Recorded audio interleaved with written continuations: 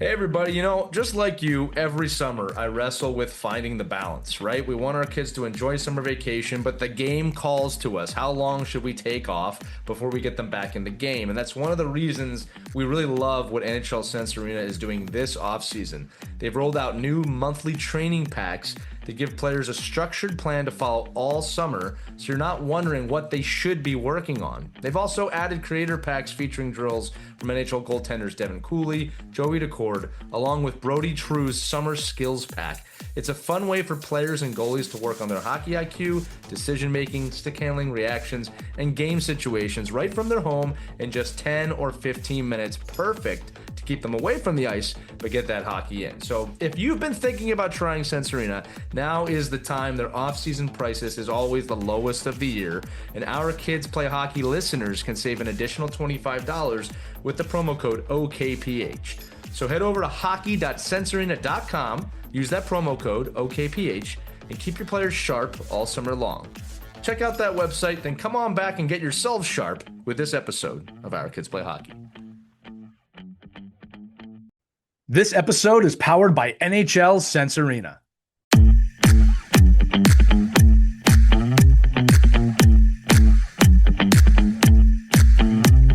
Hello, hockey friends and families around the world, and welcome back to another edition of Our Girls Play Hockey. It's my favorite intro to do. We're here with Hayley Scamurra of Team USA, gold medalist, PWHL Walter Cup champion.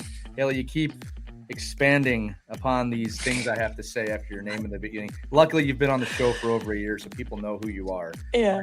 As always, lovely to share the stage with you today.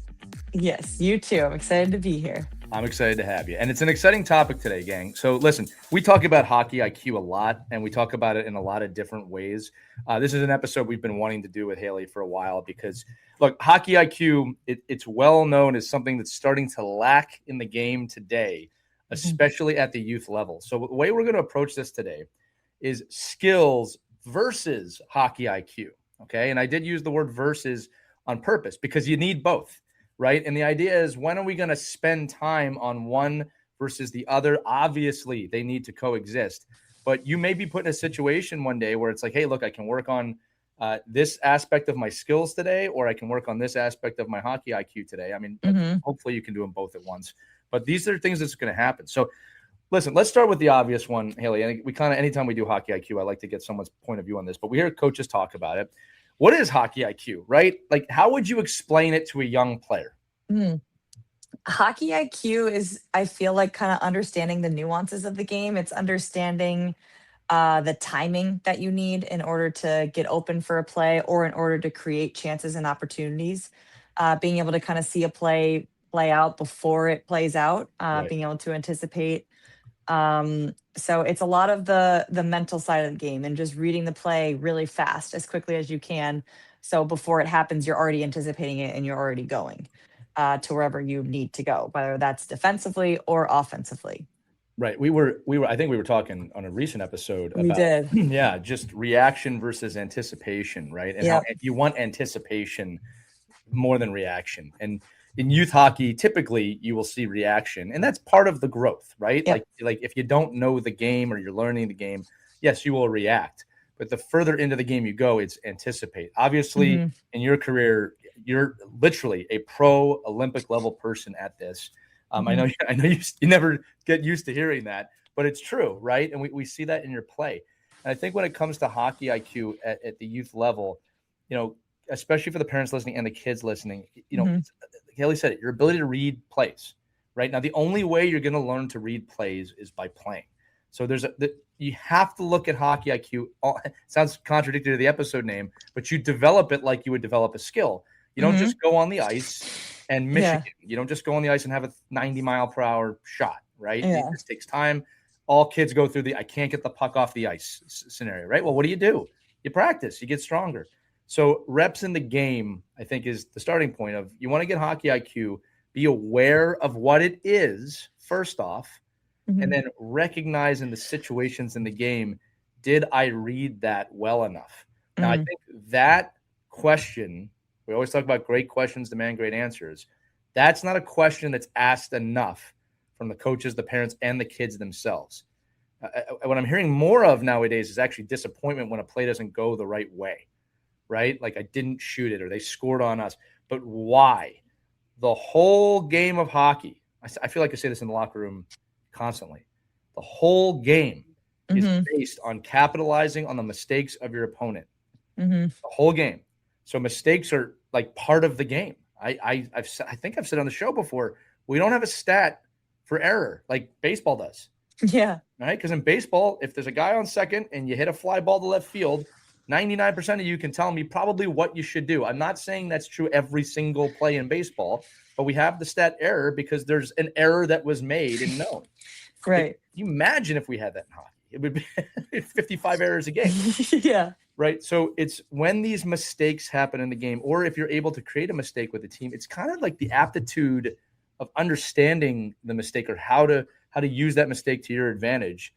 Keeping in mind too, in the chess match of hockey, there's going to be infinite possibilities on every single second of the game, right? So, and again, at your level, they do that more than anything. But I feel like just stay on this for 1 second, like for a kid, right, listening, going, okay, well, I want better hockey IQ. Right. It's just about, maybe just being aware of it is the starting point. Absolutely. I think, you can also like just watch hockey more. I think the more you watch hockey, the more you can kind of like notice and recognize patterns. And for me, another big thing was playing other sports. So for me, that was soccer. There's a lot of similarities in terms of the space that opens up on plays, like your running patterns, getting the ball or the puck into space for someone to run onto it rather than right directly on their stick. There's a lot of things that I felt translated in that sense. And I think that helped me tremendously with my hockey IQ. I also had my dad always talking hockey with me, like, showing me plays on the boards. Like, I remember, I mean, just growing up, whenever we'd have a game or a practice, we'd kind of dissect different plays and be like, okay, what could we have done better on this play? Like when this Right. is happening, in the D zone, like you dump the puck in, like where's that D trying to get to or something like that. I think it's talking through a lot of it with people who are your coaches or your teammates even. I think you can like discuss the game a little bit more with each other and that'll kind of help you like naturally learn the game as well. I'm going to say again to the coaches listening, I think the key is in the questions, right? Mhm. The brilliance of the question you just asked, Haley, what could we have done differently here? Mhm. Coaches, I'm going to say this. I'm sure many of you do say that. I'm sure many of you think you say that.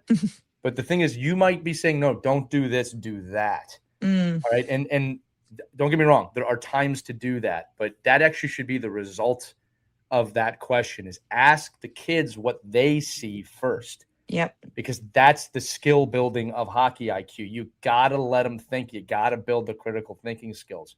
Mhm. Haley, you said to watch the game too. Mhm. I think the disclaimer on that is, again, when you were growing up, when I was growing up, watching the game was a little different. It wasn't a highlight reel. It was Yeah. watching plays developed from Yep. the defensive zone all the way through in the neutral zone. And now it's like, did you see McDavid deke 5 guys in the O zone? Well, that play started in their D zone because his line mates know Yes. to let him charge up. So, kids, I'm not against highlights. Don't get me wrong. Who doesn't Right. love to see an amazing play or an amazing save? Yeah. But you got to see the full picture there. All right, Yep. and there are channels available that'll let you do that. Yeah. We had Pavel Barber on once, and he said that he has his main channel that gets all the views, but he said he Yeah. has a secondary channel that no one watches, where he actually breaks plays down. He goes like really in depth, and I'm like, I would actually be interested in that. So, Yep. kids, you have to have a yearning for this kind of information, and coaches, you Mhm. can cultivate that by Mhm. what Haley said. The great question: what are some other options that we had here? I think that's important. Yep. Here's one, Haley, and this sounds like it's going to be an easy question. I need you to kind of put your coach hat on for a minute, right? Yeah.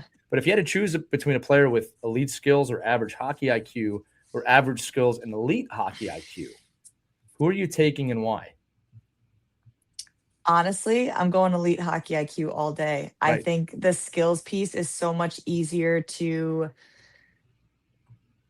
develop and work on rather than the hockey IQ. I think obviously hockey IQ can be taught, like we just have to work on it more, but I think the skills piece is a lot easier to see immediate improvement on. And then you'll also see it applied in a game probably more effectively and efficiently when they have a higher hockey IQ. Right. I always use the example of the kid or kids Mhm. that put in 5 goals a game Mhm. but give up 6. Right. It's like, I don't know how to say it nicely. I'm going to try to, but it's like you're not helping the team, right? You look great. You look great. All right. And depending on what your goals are, maybe that's satisfying in some way. But I can tell you as a coach, I'd rather take a player how about this? I would take a player on the third line that I know is defensively responsible and is going to not give up a goal Yep. over someone with a minus plus minus, Right. consistently, I should say. Yep. Look, when you're a top scorer in a high level league, you're going to get scored on too. Like that's just Yeah. part of that. I think plus minus is not the only stat in the world. Yeah. All right. But I gotta say that, yeah, a team with people with high hockey IQ will probably beat a talented team. Yep. As long as the skill's somewhat close. Yep. Right. I do want to say that you can be a ultra skilled player with hockey IQ. All right. That's Yes. what you should all be striving for. Yeah. All right. But we wanted to make the point here that when we're team developing, I think the high hockey IQ, bar none, is what coaches want and what coaches look for. Yeah. And that you can work on your skills too. Like this is not an excuse not to be working on skills, kids. But I just think that's a very important question. Hayley, in your own career, when you talked about your dad and how you taught, or how he taught you, but was there a moment or a time or multiple times where you felt that you have your skill sets, but you're realizing, okay, my understanding of the game is actually pushing me forward here. It's not so much my skill. I mean, I'll start you off here. Like I actually felt like we saw that last season, both PWHL and in the Olympics. Your game just seemed to evolve, right? And when we talk about the joking, like the 10,000 hours to master something, I feel like with you had the mastery of a lot of different skill sets, including hockey IQ, where they could put you at center, they could put you on special teams, they could put you out in a big moment, and it just seemed to click for you. Yeah. So that was it personified, at least as a spectator, right? Yeah. But I'm sure in college and youth, there were other times as well. Yeah. I think, I don't know if I ever actually gave myself the credit for it or even realized where my hockey IQ kind of stood in terms of like among my peers and things like that. It was just always something that was natural to me and something that I really enjoyed about the game. Like I like understanding the different aspects to it and like little things I can work on to improve, like with my timing, like getting to the net. Like I remember that was one I had a video meeting with my USA coach and I was just like, it was with the pro league and I'm like, look, I feel like I'm doing really well, but I feel like I'm not in the spots to produce. Like something is like not clicking and I don't exactly know what that is. Right. And so I remember he reviewed the clips and stuff and he kind of came to me and was just like, honestly, you're just getting into like the crease area or like around the net. You're getting there too fast. And so then you're covered by the time you get there.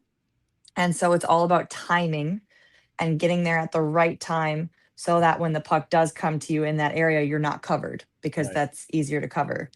So it was a really simple cue, but it was something that kind of like stuck with me for sure and something that I was made to be more aware of that I might not have been aware of if it weren't for video or if it weren't for my hockey IQ in the sense of, hey, I know something's missing. I know a piece is missing. I just don't know what that piece is. And it's like asking questions and seeing what you can get from other people from a different perspective. Yeah, I love you bringing it up because it taps into the coaching side of this. And I learned, I want to say early on in my coaching career, I think that'd be fair, not to assume players know anything. Right. And I remember being guilty of that, thinking like, well, they have to know this thing that's very obvious. And it's like, that's not always true. Right. Like I've said things to players on my own national team about aspects of their game. And I'm always surprised when these are high level athletes and they'll say, no one's ever told me that before. It's just like, it's so obvious to me that you do this. But I'm saying that to coaches because don't assume anything with whatever age group you're at. Right. Like they may not have heard that before. So coaching plays a tremendous role in helping people awaken to this. Now, keeping on you for a minute, because again, I would say that your mastery of timing to the net is amazing. I mean, I'm not just saying this because you always, I think you're one of the best at it. I think that when I send people to you as an example, I show them your video. Right. But let's go rewind back a little bit. And I'm going to give you a big range here. You can go 10 to 20 years old. Okay. What did you think at those times were like, this is my best skill? when you were, and again, that's a wide range. Again, you can pick whichever one you want. Okay. When I was like 10 to like 12 or so, this was when I was on the boys team Mm-hmm. and my dad was the coach. And I was third, fourth liner. Like my goal was to PK. I loved the PK and to forecheck hard and create opportunities for the first and second line, right? Giving them that energy, giving them that boost. And I mean, my dad was always upfront. It's my dad. Like he was Yeah. always upfront Yeah. about that and kind of told me what, my role was and things like that. And honestly, I kind of liked the PK rather than the power play. Like if I had to choose at that age, I was picking the penalty kill. Like I enjoyed Right. it. I loved the challenge of it. I loved ruining the other team's day, not Yeah. letting them Yeah. get any chances and things like that. So I would say I knew that was like my skill set. Like I knew I enjoyed doing that. I enjoyed battling hard. I think that's why I'm so good at like battling and puck protection and things like that because I had to in that role. Sure. And that was something that my dad was very honed in on for sure, was making sure I wasn't losing the puck and creating turnovers and stuff. Now, but Um, before you go to an older age here, yeah. I'm writing down what you're saying. Okay. Coaches listening, parents listening. And Hayley, forgive me for doing this. You're an elite. I gotta keep prefacing it. We're talking to an Olympian here. Okay. Notice the things she was focused on at 10. I wrote them down. The PK, forechecking and battling. Yeah. Now, how many kids would say that today? Right? Like this I don't is a know. differentiator. It's important. And then you also said like understanding your role at that Hmm. age. Hmm. Right? Like, which I'll be honest with you, that's hard Yeah. to coach at 10 and 12, right? Yeah. Everybody Yeah. wants the role of leading goal scorer. Right. All right. So I love that those are your answers. And coaches, parents too, right? How much onus are we putting Hmm. on those aspects of the game? Do you Yep. tell your penalty killers how Yeah. valuable they are? Here's another question. Right. Are you putting your top 2 forwards out on the PK? Right. Or are you giving that role to, as Hayley said, a third liner Hmm. to get this, rest the top 2 lines? Yeah. Right? The tactic we use. I got to ask this too, Hayley. On the PK, I'm guessing were you usually near the top, like on the points? I think so. And did Yeah. you enjoy stopping the D-to-D pass and going on breakaways too? Because that's what I ended up doing when I was on the Probably. PK. Yeah. Yeah. All right, we can keep going just to a little older if you felt like you can jump to Yeah. college or whatever you want here. Well, then when I did play girls hockey, my role changed. I was Right. usually like top line or two. And so that was an adjustment for sure. And I also had to adjust to the physicality piece of it because I was getting a lot of penalties for body checking for a while there. Um, Not anymore. but not anymore. Not Yeah, anymore, yeah. exactly. Exactly. But I had a different role in that sense. So it was more skill based, it was more goal scoring, it was more power play time, things like that. So it changed as I got older and specialized more in girls hockey, obviously. Yeah. And then in college, I would say I was also top two lines as well. I would say Yeah. most of the time, especially like my freshman year, we didn't have many players. Like we were quite low on players. So I was kind of utilized right away.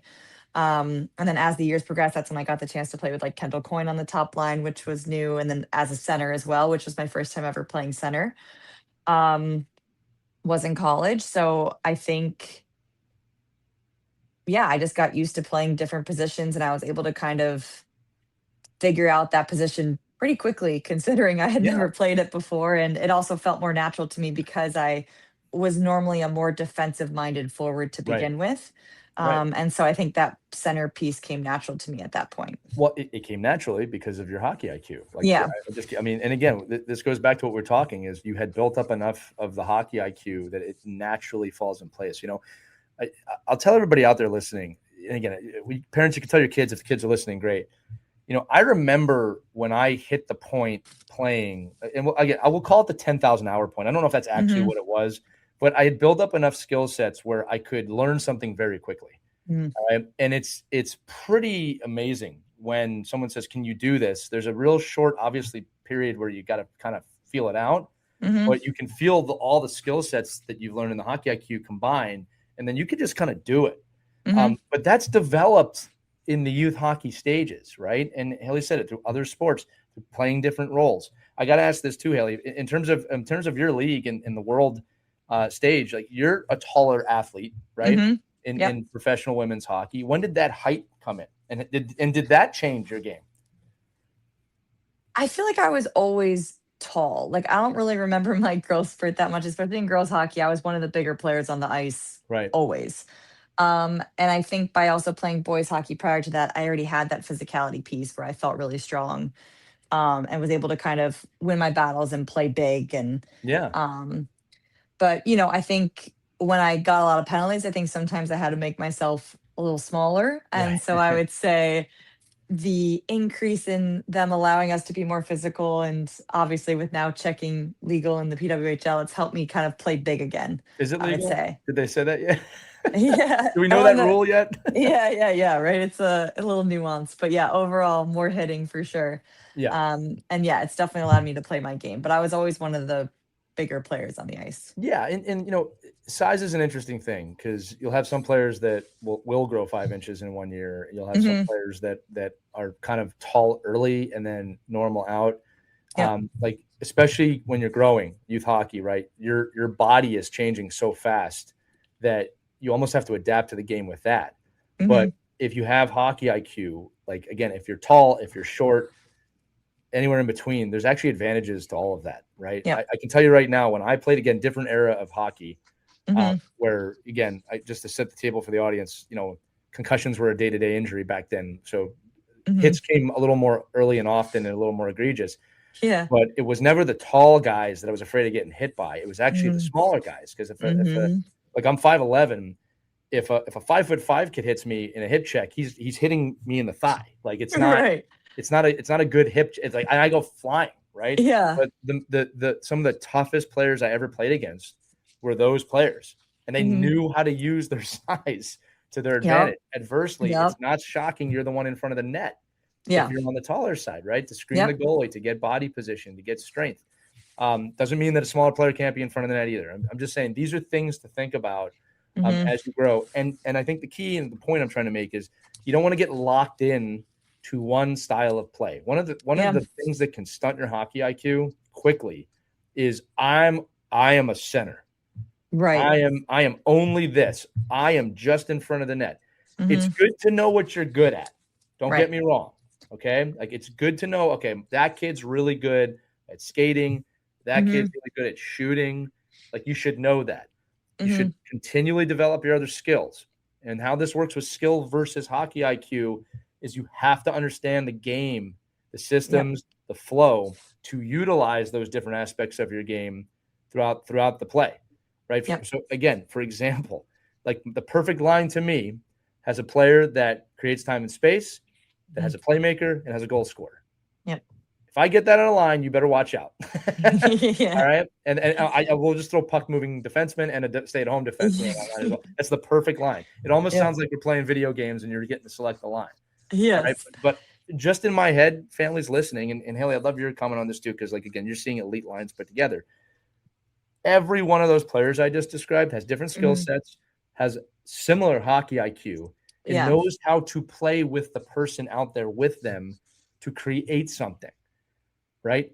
I want to talk about that again, and we'll go to the Olympic level with this, Haley. Like when you're on a line, talk to me about okay, because you moved around a lot as a I 13th did. forward. You Yeah. must have looked left, looked right, and said, okay, I know how she plays. I know how. Okay, yeah. How did you compartmentalize that before a shift started? Because and I have a hard time. You tell me, like I can't imagine you just went out there and like, well, whoever I'm with, and I'm going to play. But maybe that is the way it was. I don't know. You can be honest. Yeah, honestly, a little bit. I think, well, for me, I was being put on that line for a reason, Sure. and that reason is for how I play my game. And in that sense, it's the same regardless of whatever line I'm on. And Right. that is to play aggressively on the forecheck and create turnovers, get ticks on pucks, is what we would say. Yeah. And that would allow us to create chances offensively. So I never really changed my game in Maybe that your line sense. mates did then, right? But yeah, maybe they're like, "Oh, Yeah. Scam's got this. She's got it in the corner. I know how to go support her." But yeah, I mean, I got to play with virtually everyone, and but it You helps did. because Yeah. I knew where they would be, and Right. I knew how they would communicate with me, and I would be able to like get them the puck or chip pucks out or certain things like that. Um, but yeah, I kept my game the same regardless of who I was with, and but I feel like that style of my game like leads to that. Like it's Right. easy to play with anyone with that style of play. Do you like, does that make You're sense? the type O blood of hockey. You get Yeah. along with everybody. That's what I'm hearing Yeah. right now. All Yeah. right, is that your blood type works with everybody's blood type. Look, Yeah. I'm going to say it again. This is why you're so valuable. This is why you're on the Thanks. team. It's like, Yeah. again, they kind of call you a utility player, but I Yeah. don't. That's not a negative thing. Like it No. means you can be No. used in any situation. Hmm. And I'm going to say this again. I want to talk about timing as it pertains to hockey IQ. When we watch you, and again, by the way, if you're listening to the show and you don't watch Hayley play, I mean, you should go watch her play because you're right about your timing. Like Hmm. there's got to be a stat. I don't know where we would find this, Hayley, but there's got to be a stat about like pucks going below the goal line, Hmm. and how many times you come out with that puck, or There, like disrupt the play, yeah, right? there is a stat for that for sure. Like how Yeah, many turnovers are you creating? yeah. Forced Yeah. turnovers, unforced Yep. turnovers. I mean, because you're kind of a master at that. How about this? I'll use the word disrupt. Yeah. Like you're really good at just disrupting plays. Now, Yep. hockey IQ, and like this is going to be a fun part of the discussion here. Okay, when that comes to hockey IQ, I think it's insanely undervalued. Hmm. Disrupting a play. Yep. You disrupt the D coming out of the zone on the blue line. You disrupt in the neutral zone. We could do a whole episode about disrupting in the neutral zone. Hmm. It hurts. It hurts the Yes. other team dramatically. Yep. And these are definitely the plays that don't make the highlight reel. Yep. All right. The little step up or the little bit of a lead with the stick or the forcing the player Hmm. coming through the neutral zone to go to the boards. I mean, and that's all timing, right? Yep. Invaluable skill. And Yep. I'll say that 90% of the time, if you disrupt the other team, they're not getting a goal. Yep. Or in your case, if you're disrupting the offensive zone, you might get a shot. Yeah. Right. So let's talk about how timing and disruption are part of hockey IQ. And then we should probably start getting into like some actionable items for the people listening as well. But Yeah. talk about that because I'm sure you guys go through that at practice about cutting the ice and half, disrupting. Like, what does that look like at the elite level? In terms of the disrupting, we would do a lot of like in tight zone stuff where it's like 5-on-5, and the main focus was making sure you're disrupting the play whenever you can. You've got to Yeah. get a tick on the puck. You can't let the puck go by you without it hitting your stick, without you making contact with the player or making sure it's not a clean pass. Yeah. So that was a big focus, and with that, it was making sure you have one pressure in hard, and then the second and third layer are in tight close, especially Yeah. when there's a contest for the puck, like a battle for the puck. Like you can tell, and that's again with hockey IQ, with anticipating the play. Like, hey, our forechecker's in really tight on this D. We can get a lot closer so that Yeah. we're able to recover the puck faster for them, and not just sit back and wait, thinking the puck's going to get like rimmed or passed to the center or something like that. So I think that was a big emphasis for us at for pro and for the Olympic level for sure, was being as aggressive as possible based on what you were seeing with the play and how it was developing. Yeah, I'll mention this too. Let's get into and we'll close the episode on this, but just like ways you can do this in youth hockey because Hmm. so let's give a little disclaimer on this too. The stuff that Haley's doing at the PWHL Olympic level, not okay for U10 kids. That is the result Yeah. of this training, but that doesn't mean you can't start implementing aspects of it. So a great Uh-huh. example, Haley, you actually inspired this one with my girls team, Hmm. U10 team, was this methodology or mindset of go hunting. Yeah. Okay, so we put that on the board. Big go hunting. Girls loved it. I mean, they really That's loved that. great. But here's the thing: that clicked for them. They understood what Mm. that meant. All right. What I find and this is not just in girls hockey, but in youth hockey, there's often this hesitation to Mm. go get the puck, and where that comes from is the kids are kind of waiting to see what happens, right? Now, when you look at other sports and other things, there are sports where that is the case, right? Like in Hmm. baseball, you have to wait for the ball to be hit in the play, Hmm. right? You can anticipate a little bit, but not like in hockey. Right. All right. So when we told the players, hey, go hunting, and this is how you start with hockey IQ, they got it. They started going for it. Now, what I don't want is all 5 players Yes. going for the puck. So now that they have that understanding, though, of Yeah. go get it, I can Mhm. start developing. I say like this, when we say go hunting, let me show you how to angle a little bit. This is what angling is. Mhm. Obviously, you got to look at the skating and the skill sets and everything involved in that. Every kid's at a different level with this. But when you angle and go hunting, now you can force the puck here. And then you said it, you, the second player who's also hunting for the puck, now you can go get the puck. That's how you start these things, right? And again, what you said about layers totally makes sense. Totally makes sense to me and the audience. A 10-year-old's not necessarily going to get that right away. I'm not saying that you were saying that, right? Yeah. So it's like, coaches, you gotta find something that works. And I feel like I say this like every 10 episodes, right? How many times are you gonna have to teach it? How many different ways? 1,000, 400, 6? I don't have the answer. I just know that you have to keep trying different things until you find what works for that team or that kid. Right. And you gotta be creative and curious and very patient. All right. Keep in mind too, kids have bad days too. They show up, they don't want to do it today. That's gonna happen. Right. So I think that if we're just talking about like 3 habits that we want to build, like that's my first one is find a way to create the momentum in a game, the brain thinking, go hunting. There's 50 different things like that we could think of, right? Like another popular one in youth hockey is get in front of the net, right? I think there's better ways to say that, defend this area. This area is your responsibility. Right? If you get beat, as long as you're there, that's okay. Let's learn how to now defend this area, right? Or another one, not to do all 3. I mean, I'd love for you to have some too. But, one of the ones I was talking about is we always tell kids, go hard, go fast, go hard. I don't know if I love that one because, again, your mind should be doing that.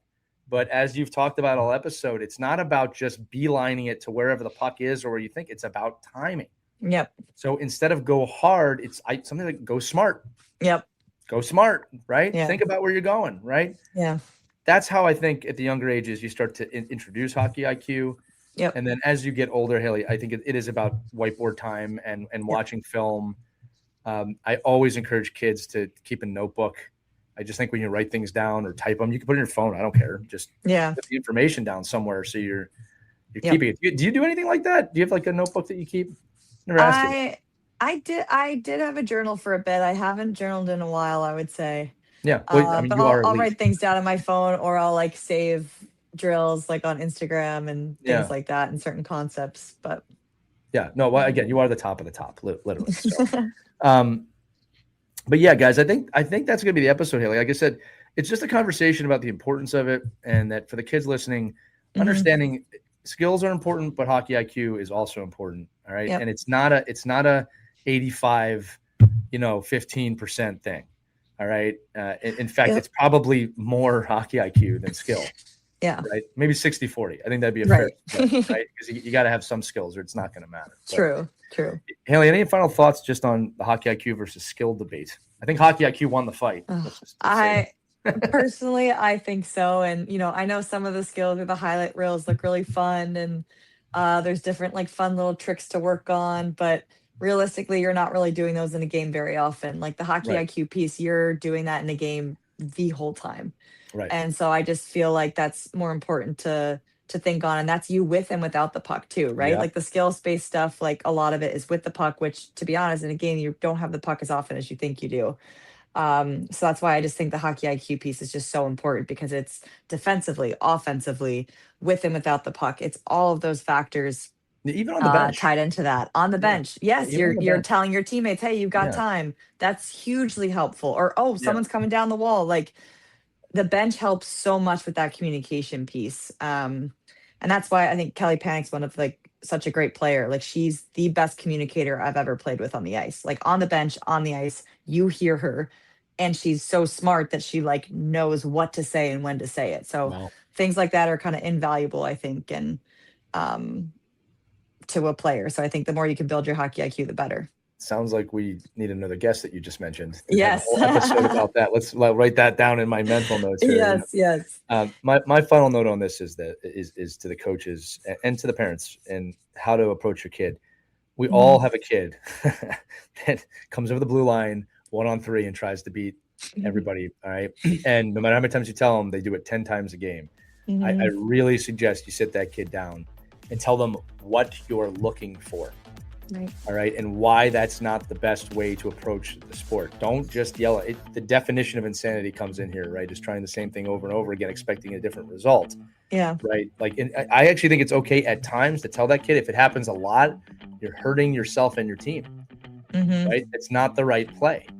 Right. And again, how many times might you have to say that? Could be 5, could be 500, but that's coaching. That's coaching. That's hockey. Yeah. But I love everything we went over here today, Hayley. A great discussion. For those of you out there, again, if you have any thoughts on this or you want to share an opinion or a question, email us, team@ourkidsplayhockey.com, or you can text us using the link accompanying the episode in the description. I have promised all of you we're going to do a Q&A with Hayley that will come up. We want to make sure we have a good amount of time to get some questions in before we do that. But that's going to do it for this edition of Our Girls Play Hockey. For Hayley Scamurra, I'm Lee Elias. We'll see you on the next one, everybody. Take care and have fun.